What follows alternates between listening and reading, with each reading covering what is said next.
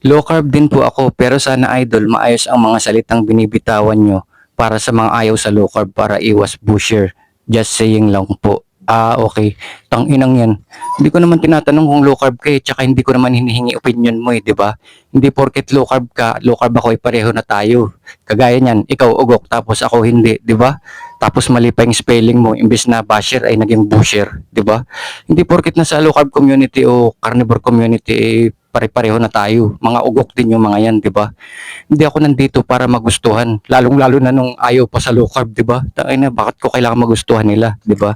Kung gusto niyo ng maayos na pananalita, di wag kayo manood, 'di ba? Ganun lang kasimple 'yun.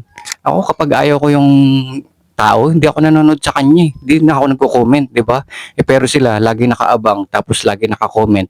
Di yung comment nila, yun ang dahilan kaya mas maraming nakakakita sa akin. Pero hindi ko ginusto na i-bash nila ako, 'di ba?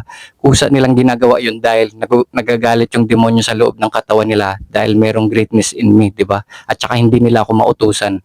Kagaya niyan, ako hindi mo ko mautusan, 'di ba? Utusan mo ko ng mabuting salita, 'di ba? Bakit ako makikinig sa iyo hindi ka naman sikat, 'di ba? Sana kung tama yung sinasabi mo, edi sana ikaw yung sikat tapos ako yung hindi, 'di ba? Wake the fuck up. Wise to.